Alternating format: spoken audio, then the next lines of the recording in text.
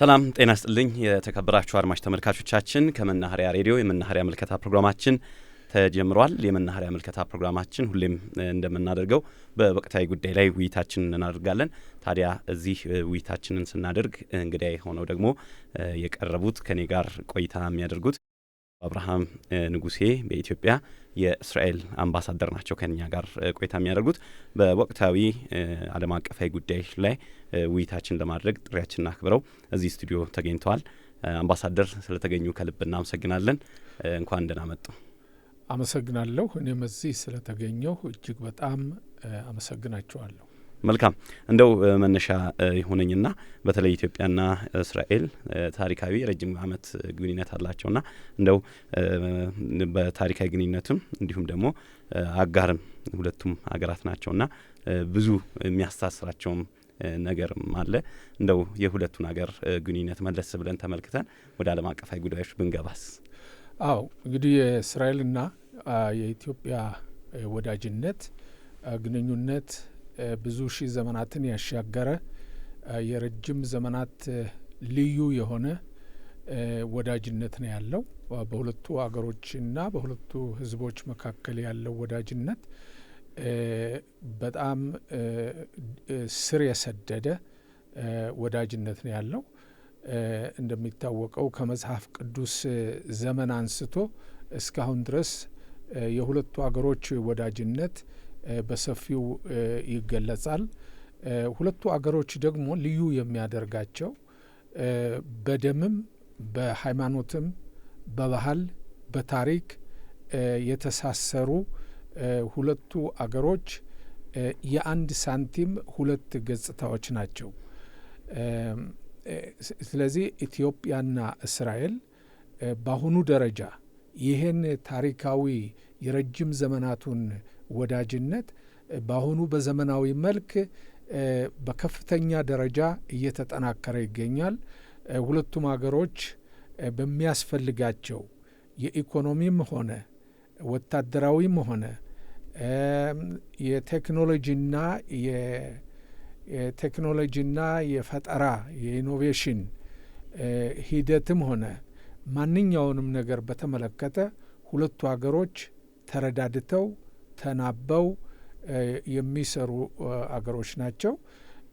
ይህም ግንኙነት ደግሞ በዓለም አቀፍ መድረክ ውስጥ ወይም ደግሞ በዓለም አቀፍ ጉባኤም ውስጥ በተባበሩት መንግስታትም ሆነ በተለያዩ ዓለም አቀፍ ጉባኤዎች ላይ ሁለቱ አገሮች በአንድ ላይ በመመካከር እስራኤልም ኢትዮጵያን ትደግፋለች፣ ኢትዮጵያም እስራኤልን ትደግፋለች።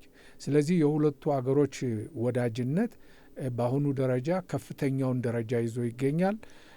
እንደሚታወቀው ኤምባሲያችን ከዚህ በአራት አብይ መስመሮች ግንኙነቱን የበለጠ በማጠናከር ላይ እንገኛለን።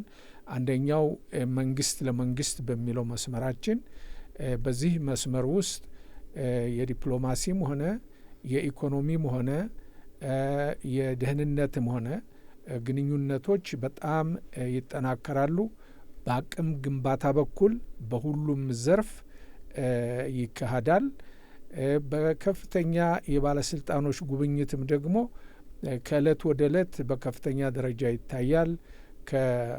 ከባለሙያዎች፣ ከሚኒስተሮች፣ የውጭ ጉዳይ ሚኒስተሮች አሁንም ደግሞ ባለፈው የፕሬዚዳንት ጉብኝት በዚህ ደረጃ ላይ ነው ወዳጅነቱ እጅግ በጣም ተጠናክሮና ከፍ ብሎ ያለው።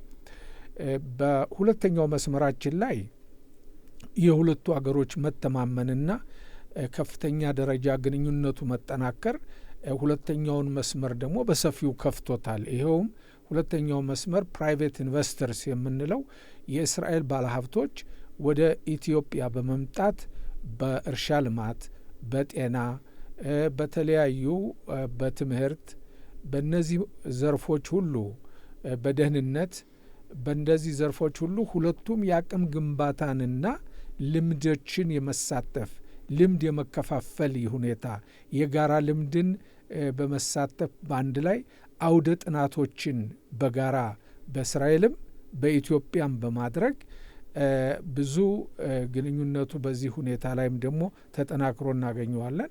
በሶስተኛ ደረጃ መንግስታዊ ያልሆኑ የእስራኤል ብዙ ድርጅቶች ወደ ኢትዮጵያ በመምጣት በጤናው ዘርፍና በግብርናው ዘርፍ ከፍተኛ አስተዋጽኦ ያደርጋሉ። ቴክኖሎጂውንም በማምጣት በኩል ወደዚህ የአቅም ግንባታውንም በማስፋፋት በኩል ከፍተኛ ሁኔታዎች አሉ። በአራተኛው መስመራችን ላይ ህዝብ ለህዝብ በምንለው የዲፕሎማሲ አሰራር ላይ ሁለቱም ሀገሮች ምንም እንኳ የረጅም ዘመናት ወዳጅነትና ቢኖርም በአሁኑ ትውልድ በአሁኑ ዘመን በበለጠ የህዝብ ለህዝብ ወዳጅነቱ እየተጠናከረ እየተስፋፋ ይገኛል። የኢትዮጵያ አርቲስቶች ወደ እስራኤል በመሄድ የኢትዮጵያን ባህል ያንጸባርቃሉ። የእስራኤል አርቲስቶች ወደዚህ በመምጣት የእስራኤል ባህል ያጠናከራሉ። ሁለቱም በጋራ ሆነው ያካሂዳሉ። እንደሚታወቀው ደግሞ ከ180 ሺህ በታች ያላነስን የኢትዮጵያ ቤተ እስራኤሎች በእስራኤል ሀገር ስለምንገኝ 180 ሺህ በላይ የሆን የኢትዮጵያ ቤተ እስራኤሎች የሁለቱን አገሮች ግንኙነት ህያው ድልድይ በመሆን በሁሉም ዘርፍ በንግዱም በትምህርቱም በባህሉም እያጠናከረ ነው እንገኛለን። በቱሪዝም በኩል በጣም የተጠናከረ ነው። ብዙ የእስራኤሎች ወደዚህ ይመጣሉ። የኢትዮጵያም ደግሞ ኢትዮጵያ ከአፍሪካ ብቸኛዋ በእስራኤል ሀገር ንብረት ያላት ሀገር ናት። ከ7 ያላነሱ አብያተ ክርስቲያናትና ገዳማት በእስራኤል ስለሚገኙ የኢትዮጵያ ምእመናንም ወደ እስራኤል ሀገር በመጓዝ በሃይማኖቱ በኩል የሚያገለግሉም አሉ። ከዚያው አብያተ ክርስቲያናትና ገዳማትን እንዲሁም ደግሞ ለጉብኝትም ይሄዳሉ። በዚህ ሁኔታ ቱሪዝሙ በጣም ተጠናክሮ እናየዋለን። በንግድ አንጻር ይሄን እንደሆን በንግድ በኩል በጣም የተጠናከረ ነው። ኢትዮጵያ እስራኤል የኢትዮጵያን ምርት ታስገባለች። እንደ ጤፍ፣ ቡና፣ ሰሊጥ እንዲሁም የተለያዩ ጥራጥሬዎችን ወደ እስራኤል ይገባሉ። ኢትዮጵያም ደግሞ የቴክኖሎጂ ውጤቶችን ወደዚህ ደግሞ በብዛት ይገባሉ ማለት ነው። የኢትዮጵያ አየር መንገድ ለዚህ ግንኙነታችን ለህዝብ ለህዝብ ያለውን ግንኙነት በበለጠ እያጠናከረው ይገኛል በሁሉም አውታር። ምክንያቱም በቀን 3 ጊዜ ቀጥታ ከቦሌ ተላቪቭ በረራ አለ፣ ከተላቪቭ ቦሌ። በዚህም ሂደት ላይ ደግሞ የንግዱንም ሁኔታ ለማጠናከር ደግሞ የእስራኤል የአየር ኢንዱስትሪ የኢትዮጵያን የህዝብ መጓጓዣ ፕሌኖችን አውሮፕላኖችን ወደ ካርጎ ፕሌን በመቀየር የንግዱ ሁኔታ በባህር መዞሩ ቀርቶ በ4 ሰዓት ውስጥ ተላቪቭ እንዲደርስ ከተላቪቭ ደግሞ ቦሌ እንዲደርስ ሆኖ በዚህ አይነት ሁኔታ በብዙ አንጻር ግንኙነታችን ተጠናክሮ ይገኛል። የበለጠም ደግሞ እንዲሆን ሌት ተቀን ኤምባሲያችን እየሰራ ነው። መልካም፣ አመሰግናለሁ አምባሳደር። ወደ ተከታዩ ጥያቄ ያልፋለሁ። እንደው የኢራንና ወደ እስራኤል እንግባና ታሪካዊ ወዳጅነት የነበራቸው ሀገሮች ነበሩ። ከዛ በኋላ ደግሞ ወደ ጠላትነት የተቀየረና አሁን ደግሞ ወደ ጦርነት የተመጣበት ነው። እንደው ቀደም ብለን ወዳጅ ሀገራት የነበራችሁ ጊዜ የነበረው ግንኙነት ለጠቡስ ዋና መንስኤና ምክንያት እንደው ምን ነበር? አዎ እንግዲህ ቀደም ሲል እንዳልከው እስራኤል በ1948 ዓመተ ምህረት እንደ ጎርጎሪያን አቆጣጠር ከነ ዳዊት እነ ሰለሞን ከነገሱባት ከታሪካዊዋ ቦታ ላይ እንደገና የእስራኤል መንግስት እንደገና ስትቋቋምና ስትመሰረት በዘመናዊ መልክ እውቅና ከሰጡ አገሮች መካከልና አጋር ሆነው ከኖሩ አገሮች መካከል አንዷ ኢራን ናት።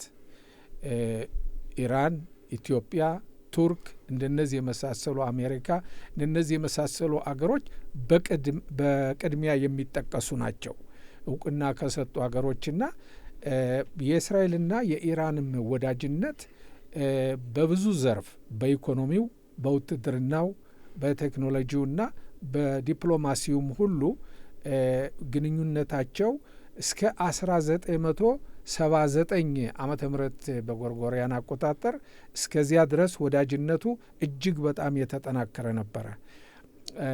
ምክንያቱም እስከ 1979 ድረስ መንግስታዊ ንጉሳዊ አገዛዝ በኢራን ነበረ።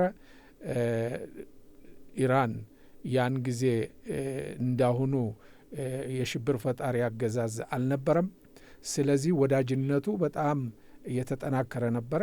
በ1979 የእስላማዊ አብዮት ከተካሄደ በኋላ ግን በነ አያቶላ ሆመኒ መሪነት ይህች ሀገር ወይም ይህ አመራር የስልጣኑን የያዘው አገዛዝ እስራኤልን ለማጥፋት እንደ ርዕዮተ ዓለም አድርገው ወሰዱት።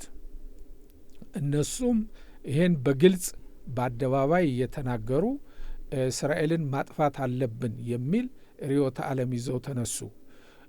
በዚህ ሁኔታ ላይ እንግዲህ ግንኙነቱ ሊሻከርና ከወዳጅነት ወደ ጠላትነት አመራ ማለት ነው።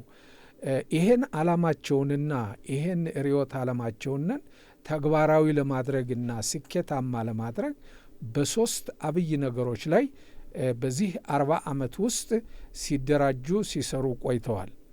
አንደኛው በእስራኤል ዙሪያ ሽብር ፈጣሪ ድርጅቶችን በማስታጠቅ በማሰልጠን በገንዘብም ሆነ በእውቀት በማጠንከር እስራኤልን ቀለበት ውስጥ በማስገባት በደቡብ ሐማስን፣ በሰሜን ሂዝባላን፣ በሶሪያም ሚሊሺያዎችን እንዲሁም በኢራቅ ደግሞ ሚሊሺያዎችን ሚሊሻ ተዋጊዎችን በማሰልጠን አልፈውም ደግሞ ከዚህ ከየመን ሁቲምን በማደራጀት በእስራኤል ላይ ፕሮክሲስ ወይም ተላላኪ ድርጅቶች አደረጉ። ይሄም ዓላማቸውን እስራኤልን ለማዳከምና ብሎም እስራኤልን ለማጥፋት ባላቸው ርዕዮተ ዓለም መሰረት ነው። ሁለተኛው ሂደታቸው ደግሞ ረጅም አገር አቋራጭ ሚሳኤሎችን ባሊስቲክ ሚሳኤሎችን በብዛት ማምረት ነው። ይሄውም በዚያ ሚሳኤል እስራኤልን ለመደምሰስ ነው። ሶስተኛው ደግሞ የኒውክለር አቶሚክ ቦምብ ለመስራት የኒውክለር ፋብሪካዎችን ማደራጀትና ቦምብ ለመስራት የሚያስችለውን አቅማቸውንን ከእለት ወደ እለት በማደራጀት ሄዱ። ይሄም እንግዲህ ሶስተኛው አብይ ተግባራቸው ነው፣ ዓላማቸውንና ርዕዮተ ዓለማቸውን ተግባር ለማድረግ። እስራኤል ግን በዚህ 40 ዓመት በላይ ነገሮችን ሁሉ ብታውቅም በሰላም መልክ ለመፈጸም ለዓለም እንደ ተባበሩት መንግስታት ላሉ እንደ ኢንተርናሽናል ዓለም አቀፍ የአቶሚክ ቦምብ ወይም የአቶሚክ ኢነርጂ ማህበርን በመሰለ የአውሮፓ ዩኒየን በእነዚህ ሁሉ በማቀርብ በማመልከት በዲፕሎማሲ መልክ ችግሩ እንዲፈታ እስራኤል ጥረት አድርጋለች።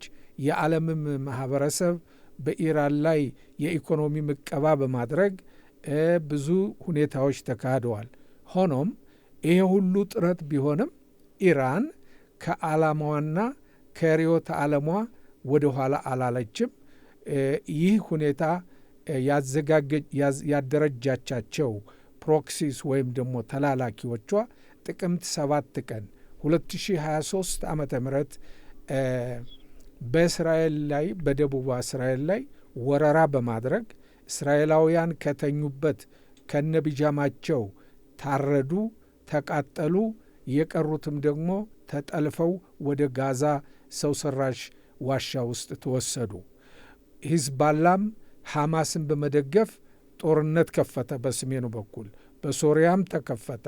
በሁሉም አቅጣጫ ዓላማዋን ግብ ለመምታት በ7 አቅጣጫ እስራኤል ጦርነት በማካሄድ ላይ ይሄው ከ2 ዓመት ተኩል በላይ በመከላከል ላይ ትገኛለች። ያም አልበቃ ብሎ ደግሞ እስራኤል እየተከላከለች ስኬታማ እየሆነች በሄደች ቁጥር ኢራን ዓላማችን ግብ አልመታም በማለት ቀጥታ ከ2000 ኪሎ ሜትር በላይ ደንበር የማያገናኘን ምንም የኢኮኖሚም ሆነ የመሬትም ሆነ ግጭት የሌለን ሁለት ሀገሮች 2000 ኪሎ ሜትርን የሚያቋርጥ ሚሳኤልን በማዘጋጀት ኦክቶበር 2024 ደበደቡን። በእንደገና ሁለተኛ ጊዜ ደግሞ አፕሪል 2024 ላይ ደግሞ ደበደቡን። በዚህ በሁለቱም ወታደራዊ ጥቃት ላይ ባደረሱብን ከ500 ያላነሱ ሚሳኤሎች በእስራኤል ላይ ተላከ። የእስራኤል የመከላከያ የአየር ዲፌንሷ ወይም መከላከያ ኃይሏ ከመጠናከር የተነሳ ብዙውን ሚሳኤል ስለመለሰው እንጂ እስራኤልን ዓላማቸው ይሳካ ነበረ። የላኩት ሚሳኤል ሁሉ ቢወድቅ ኑሮ ዓላማቸውን አሳኩ ነበር። ግን እግዚአብሔር እስራኤልን የሚጠብቅ አይተኛም አያንቀላፋም እንዳለው እግዚአብሔር ኃይሉን፣ ጥበቡን፣ እውቀቱን ሰጥቶ የመከላከያውን ኃይል ተሰርቶ ከዚህ ከኢራን ዓላማ መዳን ተችሏል። ብዙም እስራኤላውያን ሙተዋል፣ ብዙም ቆስለዋል፣ ብዙም የአገሪቱ ንብረት ወድሟል። በዚህ ሁኔታ ላይ አሁንም ቢሆን እነሱ የረጅም እቅዳቸውና ርዕዮታቸውን ለመፈጸም አቶሚክ ቦምብ ለመስራት በአፋጣኝ ሁኔታ 60% ደረጃ ላይ ደረሱ። አንድ ቦምብ ለመስራት 90% ላይ መድረስ ያስፈልጋል።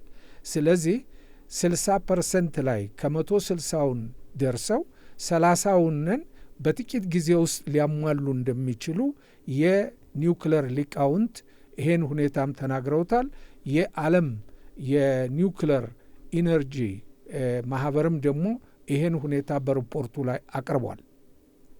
በዚህ ጊዜ እስራኤል እስከምትጠፋ ድረስ እጇን አጣጥፋ ቁጭ ማለት ስለማትችል የዲፕሎማሲውም ሙከራ ስላልተሳካ ሰኔ 2025 ለ12 ቀን የፈጀ ወታደራዊ ዘመቻ በኢራን ላይ እስራኤል አድርጋለች። የኒውክለሩንን የመፋጠን ሁኔታ ወደ ኋላ እንዲሄድ አድርገዋለች። ይህ ሆኖም ግን በሰላም እንደራደራለን፣ ከኒውክለር ዓላማችን እንለቃለን፣ አሁን ጦርነቱን አቁሙ ብለው ለአሜሪካን ምልጃ ከላኩ በኋላ አሜሪካም እስራኤልን በመጠየቅ እስራኤልም የአሜሪካን ጥያቄ በመመለስ እንደገና ድርድር ተጀመረ። ነገር ግን ለአሜሪካ ሌላውን ቃል እየተናገሩ ውስጡን ግን ከመሬት በታች የእስራኤል ቦምብ እንዳያገኘው ከመሬት በታች ሰው ሰራሽ ዋሻዎችን በአፋጣኝ በመገንባት ፋብሪካውን የኒውክለሩን ቦምብ ለመስራት ፍጥነታቸውን ቀጠሉ። ሚሳኤሎችንም ደግሞ በብዙ እጥፍ ማምረት አመጡ። በዚህ ምክንያት የዓላማቸውን ግብ ለማምታት ስለተቃረቡ እስራኤልም ደግሞ ሳትቀደም መቅደም ስላለባት በየካቲት 28 ቀን 2026 ጦርነቱን እስራኤል የመጀመሪያውንን የወታደራዊ ዘመቻ ከፍታለች። ምክንያቱም ያነጣጠረችው የምታነጣጥረው እስራኤል በዚህ ጦርነት ላይ እነዚህ አደገኛ ለእስራኤል ሕልውና አስጊ የሆኑትን የኒውክለር ማምረቻዎችን፣ ባሊስቲክ ሚሳይሎችን እንዲሁም ደግሞ የአመራሮችን የወታደራዊም ሆነ አመራር የፖለቲካዊ አመራርም ሆነ ሳይንቲስቶችንም ሆነ የኒውክለሩ ሰሪዎች እነሱን ያነጣጠረ ጦርነት አሁንም በማካሄድ ላይ ይሆናል። ይሄ ጦርነት የህልውና ጦርነት ነው። ይሄም ጦርነት ደግሞ የእስራኤላውያንን ነብስ ለማዳንና የእስራኤልን ህልውና ለማዳን ስለሆነ ፍትሐዊ የሆነ ጦርነት ነው። የህልውናም ጦርነት ነው። በዚህ ሁኔታ ላይ ዓላማዋን እስከምታሳካ ድረስ ጦርነቱ ይቀጥላል። መቼ ነው የመጨረሻው የኢራንና እስራኤል ዲፕሎማሲ የተቋረጠው? ዲፕሎማሲው የተቋረጠው በ1979 ነው። ይሄውም የአያቶላ ሆሜኒ አብዮታዊ እንቅስቃሴ የኢራንን የነበረውን አገዛዝ የመንግስታዊ ንጉሳዊ አገዛዝ አስወግዶ ስልጣን ከያዘ በኋላ ከዚያ በኋላ በሁለቱ አገሮች መካከል ጥላቻ ስለተመሰረተ ግንኙነቱ ሊቋረጥ ችሏል። እንደው ወደ ጠቡ ልምጣና እንደው ጠቡ ሃይማኖታዊ ነው ወይስ ፖለቲካዊ ነው? ብዙ ጊዜ በእኛም ሀገር ሃይማኖታዊ ተደርጎ ይወሰዳል።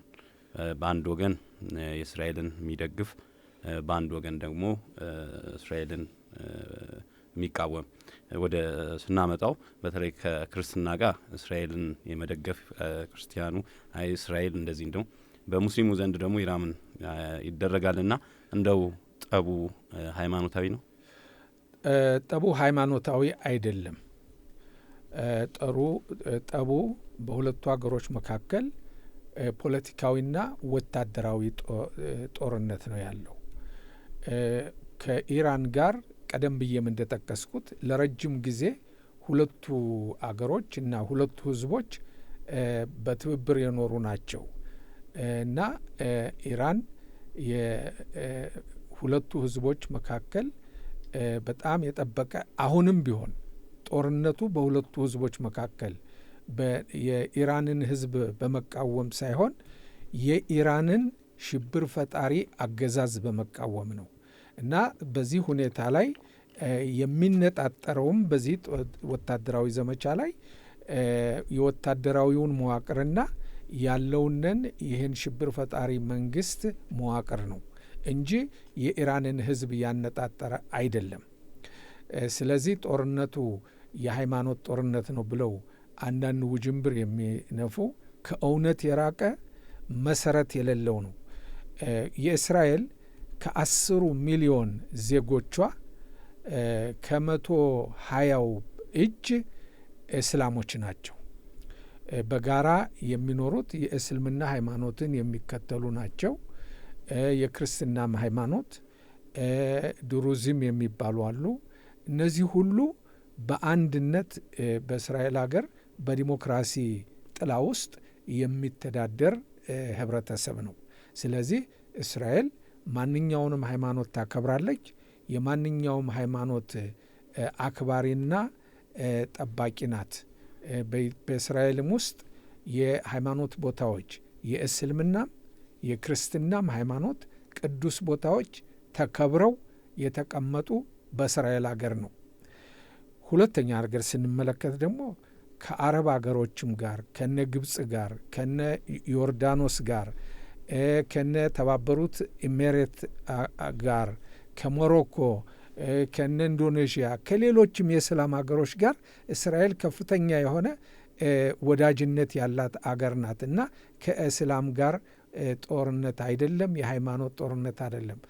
በቅርቡ እስራኤል የዓለም መንግስታት ያልደፈሩትን ያልሞከሩትን የሶማሌላንድን ህዝብ ታሪካዊ ፍትህ የሰጠች እስራኤል ናት። ምክንያቱም ከ35 ዓመት በላይ ራሳቸውን በራሳቸው የሚያስተዳድሩ የሶማሌላንድ ህዝቦች ነጻነታቸውና መንግስታዊ አካልነታቸውን እውቅና የሰጠች እስራኤል ናት።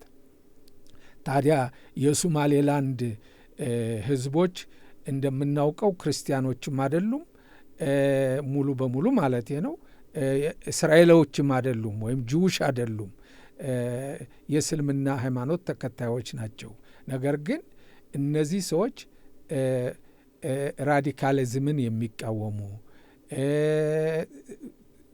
የእስልምና ሃይማኖታቸው የሚበረቱ ናቸው። ስለዚህ እስራኤል ከኢራን ጋር የምታካሄደው ጦርነት በሊባኖስም የምታካሄደው የሂዝቦላን አጠፋ መከላከል የምታደርገው በጋዛም የምታደርገው መከላከል ስለተነካች ስለተደፈረች ነው እንጂ ይሄም ቢሆን ሲቪሊያን እንዳይጎዱ ጥረት የምታደርግ አገር ናት። ጦርነቱ የሃይማኖት ሳይሆን የህልውና፣ የፖለቲካ፣ የወታደራዊ ጦርነት ነው። መልካም። እንደው አሁን የተጠናከረ እርምጃ ወይም ጥቃት እስራኤልና አሜሪካ እየወሰዱ ይገኛሉ። በዚህ የአጸፋ ምላሽም ያው ኢራንም እየሰጠች ነው። እነዚህም ሀገራት ደግሞ በኢራን ተመተዋል። ወደ 11 የሚደርሱ የአረቡ ሀገራት ለዚህ ድጋፍ ሰጥታቸዋል በሚል በተለይ የአሜሪካን የጦር ቤዝ የሚባሉትም ጥቃት ደርሷልና እንደው ይሄስ እንዴት የሚታይ ነው?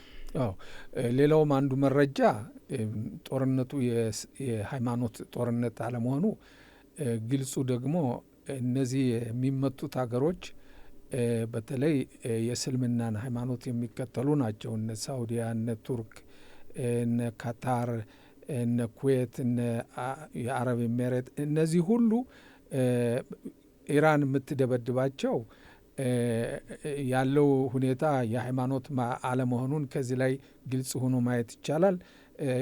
ሁለተኛ ነገር ደግሞ እስራኤል ከመጀመሪያ አንስታ የኢራን አደገኝነት ኢራን የምትሰራቸው ሚሳኤሎች የምትሰራው መሳሪያ የጥፋት መሆኑን ለእስራኤል ብቻ ሳይሆን ለዓለምም የሚያሰጋ ለሌሎችም አገሮች አደጋ መሆኑን እስራኤል ደጋግማ አስጠንቅቃለች።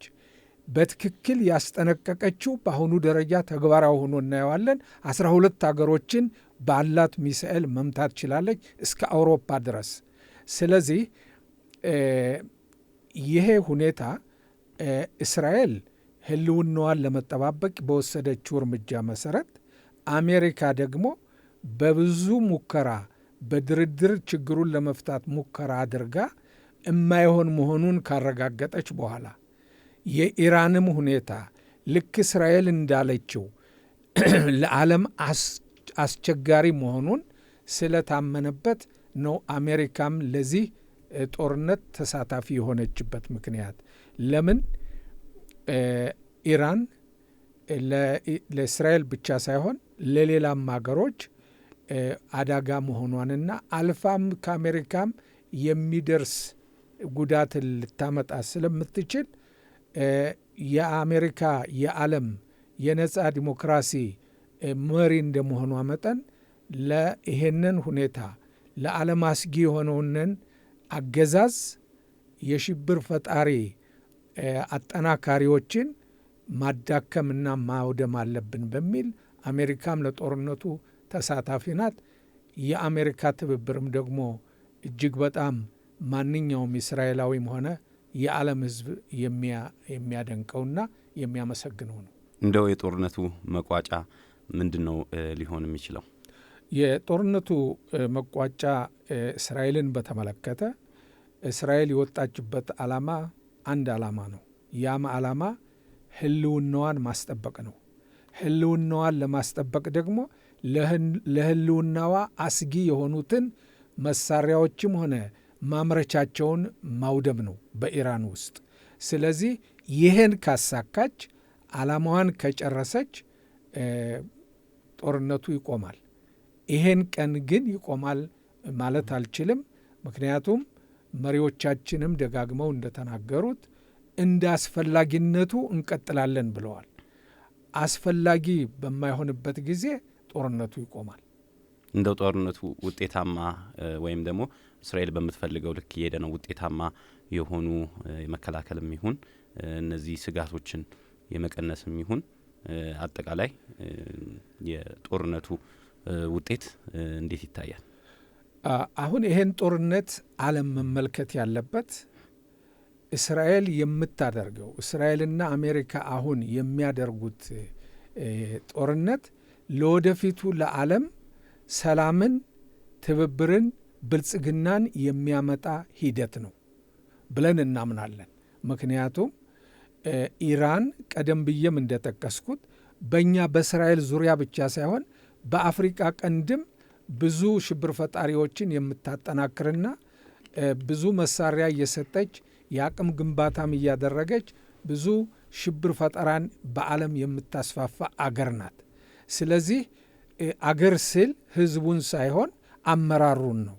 ይሄ ያለው የሽብር ፈጣሪ መንግስት በነ አያቶላ ሆሜኒ የሚመራው የሽብር ፈጣሪ መንግስት ነው፣ አመራር ነው። ይህ አመራር ከደከመ ከተለወጠ ሰላም ለመካከለኛው ምስራቅ፣ ሰላም ለአፍሪካ፣ ሰላም ለዓለም ይሆናል። የዓለምም ኢኮኖሚ ደግሞ ሰላም ሲኖር ኢኮኖሚ ይዳብራል። በጦርነት መክሰር ነው ያለው፣ ትርፍ የለውም። በሰላም ግን በትብብር ግን ማትረፍ ይቻላል፣ መበልጸግ ይቻላል። ስለዚህ እስራኤልም ሆነ አሜሪካ ከዚህ ጦርነት በኋላ ለወደፊቱ የሚታየው ሂደት በሁሉም አገሮች ሰላም እንዲመሰረትና ጸረ ሰላም የሆኑ ኃይሎች፣ ሽብር ፈጣሪ ድርጅቶች እንዲወድሙና የነሱም ደግሞ አባትና እናት ቀላቢ የሆነችውን ኢራንን የኢራንን አገዛዝ ማዳከም፣ ማውደም ብሎም ደግሞ ከተቻለ መቀየር። እንግዲህ የኢራን ሕዝብ የራሱን እድል በራሱ ለመወሰን መብት ያለው የኢራን ሕዝብ ነው። አመራሩን የመቀየርም ያለው የኢራን ነው። ሞክረዋል። ባለፈው ብዙ ሺህ ኢራናውያን 32 ሺህ በላይ ኢራናውያን በኢራን በቴህራን መንገድ ላይ በይፋ ተጨፍጭፈዋል በዚህ ሽብር ፈጣሪ አገዛዝ። ስለዚህ ይህ አገዛዝ ከተቀየረና ለወደፊቱ ሰላም ይሆናል ብለን እናምናለን። እስራኤልም ደግሞ ምንጊዜም ቢሆን ለማንኛውም ሀገር ሰላም እጇን ለሰላም የዘረጋች ሀገር ናት። ሰላምን ለሚፈልጉ ሰላምን ትሰጣለች፣ ሰላምን ለማይፈልጉ ደግሞ ትከላከላለች። ይህም በሂደት ከተቋቋመች አንስታ ምናየው ነው። እነ ግብፅ እነ ዮርዳኖስ መራራ ጠላቶች ነው የነበሩ። እስራኤልን ለማጥፋት በተደጋጋሚ ሙከራ ያደረጉ አገሮች ናቸው በጦርነት። ነገር ግን ሁኔታውን አይተው እንደገና ወደ ሰላም መንገድ መጥተው ወደ ሰላም እጃቸውን እስራኤል ለዘረጋችውን እጅ ሲቀበሉ እነሆ አሁን በሰላም አሉ ማለት ነው። ነገም ኢራንም ደግሞ ከእስራኤል ጋር ያን ታሪካዊ ወዳጅነት እንደገና በማደስ በሰላም የሚኖርበትም መንገድ ይፈጠራል ብለን እናምናለን። ሌሎችም አገሮች ከመካከለኛው ምስራቅም ሆነ ከመካከለኛው ምስራቅ ውጭ ያሉም አገሮች ከእስራኤል ጋር የዲፕሎማሲ ግንኙነታቸውን በማጠናከር የጋራ ብልጽግናን ያካሂዳሉ ብለን እናምናለን።